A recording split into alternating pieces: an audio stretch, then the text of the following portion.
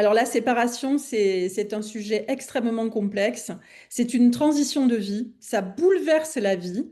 Enfin, ce qu'il faut comprendre, je crois, c'est que lorsqu'on se sépare, on a déjà vécu toute une période qui est parfois longue de désaccords, de conflits, de querelles, voilà. Et les enfants baignent là-dedans depuis longtemps. Mais il ne faut pas oublier on ne peut pas rattraper les souffrances d'un divorce avec des cadeaux.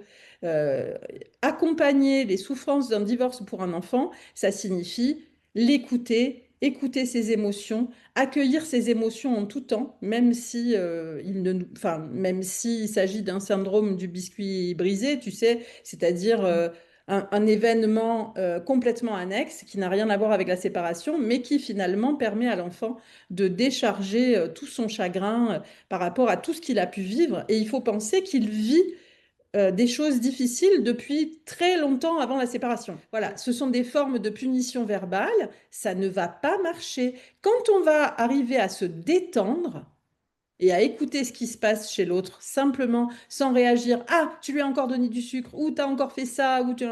bah, c'est à ce moment-là qu'il va être en mesure de changer.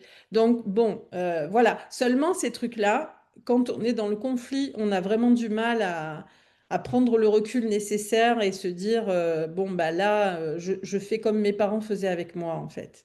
Et ça n'a jamais fonctionné. Tu vois, quelquefois, parents d'enfants petits, moi j'entends souvent, bon, quand mon fils ou ma fille aura 18 ans, hein, tout ça, ce sera fini. Et voilà, et ce sera pas trop tôt. Mais non, ça sera pas fini aux 18 ans. On est des parents séparés toute notre vie. Et à 18 ans, bah, il va y avoir, ou à 20 ans, ou à 25 ans, il va y avoir des événements où elle voudra avoir ses deux parents. Et qu'est-ce qui va se passer? Ça va réactiver le conflit. Ah non, moi je viens pas si ton père vient avec, voilà. Ou vice-versa, tu vois. Donc ça dure toute la vie.